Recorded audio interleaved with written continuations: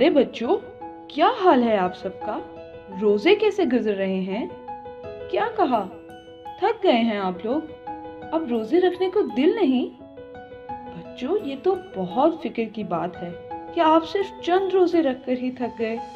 लगता है आप लोग वर्जिश नहीं करते। नन्हे दोस्तों, चाको चौबंद और एक्टिव रहने के लिए रोजाना वर्जिश करना जरूरी है। अगर आप रोजाना वर्जिश नहीं करेंगे तो आपका जिस्म मजबूत नहीं होगा, ना ही बीमारियों से लड़ सकेंगे, ना आप एक्टिव रह सकेंगे। थोड़ा सा खेलेंगे और थक जाएंगे। इसलिए रोजाना वर्जिश की आदत डालें और सेहतमंद रहें।